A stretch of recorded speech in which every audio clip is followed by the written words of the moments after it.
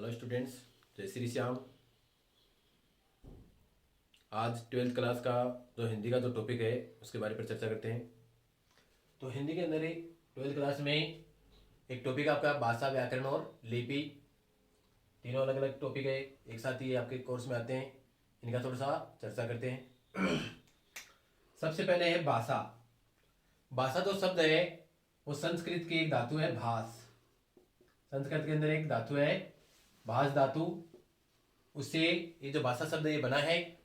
और भास जो धातु है उसका अर्थ होता है व्यक्त वाणी, व्यक्त वाणी, या जिसको आप प्रकट वाणी भी कह सकते हो। इसके बाद में भाषा की जो परिभाषा है उसके बारे में चर्चा करते हैं। ट्वेल्थ क्लास के लिए ये जो भी टॉपिक आपको पढ़ाए जा रहे हैं, जो भी क्वेश्चन आपको कराए जा रहे हैं, सारे मोस्ट हैं, क्योंकि आपके छोटे क्वेश्चन में आता है, तो कोई सा भी क्वेश्चन आपको पूछा जा सकता है। अब भाषा की परिभाषा के बारे में बात करते हैं। भाषा की जो परिभाषा है वह है विचार विनिमय के मौखिक और लिखित माध्यम को भाषा कहते हैं। यानी जो विचार है जिसका हम आदान प्रदान करते हैं वो चाहे मौखिक हो और चाहे लिखित हो। मौखिक का मतलब केवल जो बोलकर प्रकट किए जाते हैं वो मौखिक कहलाते हैं, और जो लिखकर प्रकट किए जाते हैं वो लिखित कहलाते हैं। तो इनका जो माध्यम है उसको भाषा कहते हैं। अब आता है भाषा के बाद में भाषा के भेद। भाषा के दो भेद होते हैं, दो प्रकार होते हैं। पहला है मौखिक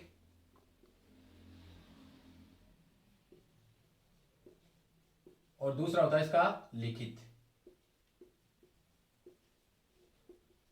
कुछ लोग भाषा के तीन प्रकार मानते हैं, तीन भेद मानते हैं, मौखिक, लिखित, और तीसरी जो वो मानते हैं वो उसको मानते हैं सांकेतिक, यानी जो संकेत के माध्यम से समझी जाती है। लेकिन आपका जो सिलेबस है उसके अंदर केवल ये दो ही रूप दिए गए हैं, मौखिक भाषा और लिखित भाषा, वो आपके कोर्स में नहीं है। तो सबसे पहले मौखिक भाषा, यानी जिस भाषा में हम केवल मुख से बोलकर अपने जो भाव हैं उनको दूसरों तक पहुंचाते हैं उसको मौखिक भाषा कहते हैं। अपने मन के जो भाव है, जो विचार है, उनको लिखकर दूसरों तक पहुंचाते हैं उसको लिखित भाषा कहते हैं। अगला जो टॉपिक है अपना भाषा और बोली। अभी कुछ लोग भाषा और बोली को एक ही समझते हैं, कुछ लोग अलग समझते हैं। तो इन दोनों में क्या अंतर होता है, सबसे पहले बात कर लेते हैं बोली की। तो बोली की क्या डेफिनेशन रहेगी, क्या परिभाषा रहेगी। तो बोली की जो डेफिनेशन होती है वो ये है, एक सीमित क्षेत्र में बोली जाने वाली भाषा के स्थानीय रूप को बोली कहते हैं। क्या डेफिनेशन रहेगी, एक सीमित क्षेत्र में बोली जाने वाली भाषा के स्थानीय रूप को बोली कहते हैं। यानी भाषा का जो क्षेत्र होता है वो विस्तृत होता है, बड़ा होता है, जबकि बोली का जो क्षेत्र होता है वो सीमित होता है, छोटा होता है, और उसका स्थानीय रूप होता है, उसका लिखित में कोई रूप ही नहीं होता। लिखित का रूप मतलब है कि इसके अंदर साहित्यों की रचना नहीं होती। भाषा के अंदर साहित्यों की रचना होती है, अलग अलग पुस्तकों की रचना होती है, बोली में ऐसा नहीं होता, उसका केवल बोलने में प्रयोग किया जाता है। अगला आपसे पूछ सकता है उपभाषा। तो उपभाषा बोली का ही दूसरा नाम है, यानी जो बोली है उसी का दूसरा नाम क्या कहते हैं, उपभाषा। तो डेफिनेशन दोनों की सेम रह जाएगी, भाषा और बोली और जो उपभाषा है वो सेम डेफिनेशन है। अगला जो आपको क्वेश्चन पूछ सकते हैं वो है राजभाषा। तो हमारी जो राजभाषा है वो कौन सी है, या किसी राजभाषा का दर्जा दिया गया है।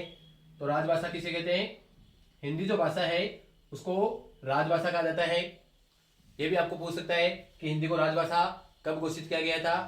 तो इसका है 14 सितंबर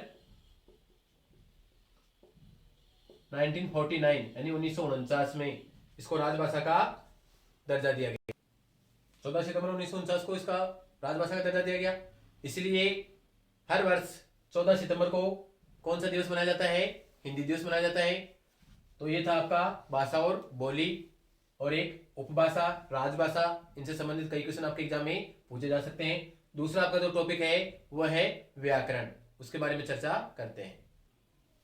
व्याकरण इसकी परिभाषा है, जिसके द्वारा भाषा को शुद्ध बोलने और लिखने का ज्ञान होता है उसे व्याकरण कहते हैं। यानी व्याकरण से हमें भाषा को शुद्ध में बोलने का और उसको शुद्ध रूप में लिखने का ज्ञान प्राप्त होता है, उसको क्या कहते हैं, व्याकरण कहते हैं।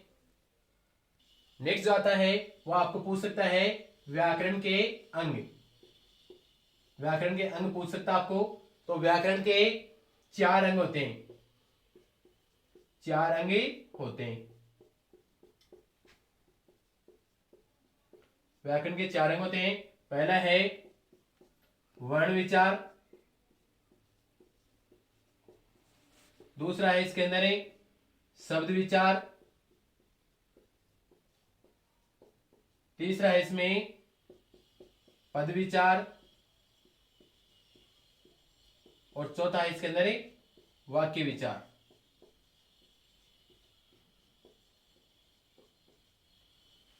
अब इसके अंदर एक आपको पूछ सकता है कि कितने अंग होते हैं, अंगों के नाम पूछ सकता है। तो ये 4 है, वर्ण विचार, शब्द विचार, पद विचार और वाक्य विचार। इसके अलावा आपको एग्जाम में नहीं पूछा जाता, थोड़ा सा इसके बारे में बता देते हैं। वर्ण विचार यानी वर्ण विचार के अंदर ही जो वर्ण है, अल्फाबेट जो होते हैं उनको वर्ण बोलते हैं, अक्षर बोलते हैं, उनका अध्ययन किया जाता है। शब्द के अंदर ही 2 या 2 से अधिक वर्णों के जो शुद्ध मेल है उसको शब्द कहते हैं, उसका अध्ययन किया जाता है।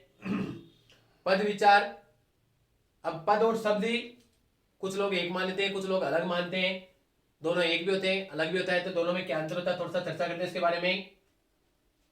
जैसे राम, अब राम यहां पर क्या है, केवल शब्द है, लेकिन इसका प्रयोग जब वाक्य में किया जाता है, जैसे राम पढ़ता है, तो इसका प्रयोग वाक्य में किया गया या इसके साथ कारक चिन्ह जुड़ गए, विभक्ति चिन्ह जुड़ गए, तो जो राम है वो यहां पर क्या बन गया, पद बन गया।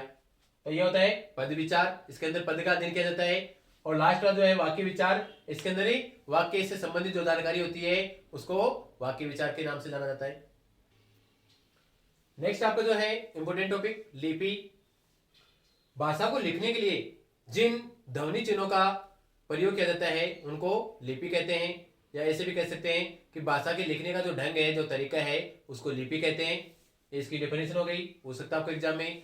उसके बाद में आपको पूछ सकता है हिंदी भाषा की लिपि हिंदी भाषा की लिपि कौन सी है। तो हिंदी भाषा की जो लिपि वो कौन सी है, देवनागरी।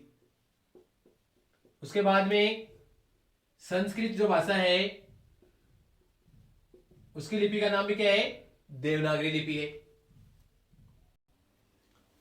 हिंदी, संस्कृत, मराठी, कोंकणी, नेपाली, ये 5 जो भाषाएं हैं इनकी लिपि सेम है, देवनागरी। एग्जाम में आपको पूछ सकता है किसी भी भाषा का नाम, किसकी लिपि कौन सी है, तो देवनागरी लिखना है। ये आपको पूछ सकता है कि देवनागरी लिपि में कौन कौन सी भाषाएं लिखी जाती है, 2 या 3 का आपको नाम पूछ सकता है, इनमें से आप कोई सा भी लिख सकते हो। इसके अलावा आपको पूछ सकता है जो उर्दू जो भाषा है उसकी लिपि कौन सी है, फारसी।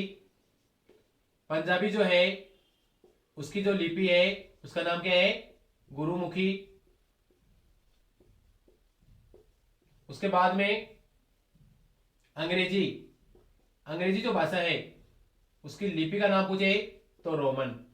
तो ये लिपि से संबंधित एक क्वेश्चन आपके एग्जाम में पूछा जा सकता है, इनका आपको नाम याद रखना है, सबका जो बोर्ड पे लिखा हुआ है सब कुछ। इसके अलावा आपको एग्जाम पूछ सकता है कि भारत की प्राचीन लिपियां या प्राचीन भारत की जो लिपियां हैं उसके बारे में पूछ सकता है। तो प्राचीन भारत की 2 लिपियां प्रमुख रूप से प्रसिद्ध थी। पहली है ब्राह्मी लिपि, इसको इस तरीके से भी आप लिख सकते हो, और दूसरा तरीका इसको इस तरीके से भी आप लिख सकते हो। और दूसरी जो लिपि है वो खरोष्टी। ये दोनों प्राचीन भारत की लिपियां हैं, ब्राह्मी लिपि और खरोष्टी दोनों प्राचीन भारत की लिपियां हैं। तो जो ब्राह्मी लिपि है उसी से जो देवनागरी जो लिपि है उसका जन्म हुआ है। इसके अलावा जो देवनागरी जो लिपि है उसकी विशेषता आपको पूछ सकते हैं। तो इसकी विशेषता है कि ये बाईं ओर से दाईं ओर लिखी जाती है। नेक्स्ट जो आपका टॉपिक आता है राष्ट्रभाषा, क्या परिभाषा रहेगी, किसी राष्ट्र के संविधान में मानने और शासन कार्य में जो प्रयोग की जाती है या जिसका पूरे देश में या पूरे राष्ट्र में प्रयोग किया जाता है या व्यवहार किया जाता है उसको राष्ट्रभाषा कहते हैं। भारत देश की जो राष्ट्रभाषा है आप लोग हिंदी को मानते हैं, लेकिन हिंदी राष्ट्रभाषा नहीं है क्योंकि ये पूरे क्षेत्र में या 65% में नहीं फैली हुई है। तो राष्ट्रभाषा भी कोई भी भाषा नहीं है। ये थे आपके जो टॉपिक हैं भाषा, लिपि और व्याकरण। इनसे संबंधित और भी जो मोस्ट जो क्वेश्चन है वो नेक्स्ट वीडियो में आपको बताए जाएंगे। अगर आपको वीडियो पसंद आए हो तो सब्सक्राइब करें, लाइक करें, शेयर करें, और वीडियो जो हैं वो सारे वीडियो आप पूरे देखें और सभी वीडियो में लाइक करें, व्यू करें, उनको देखें उनको। धन्यवाद। जय श्री श्याम।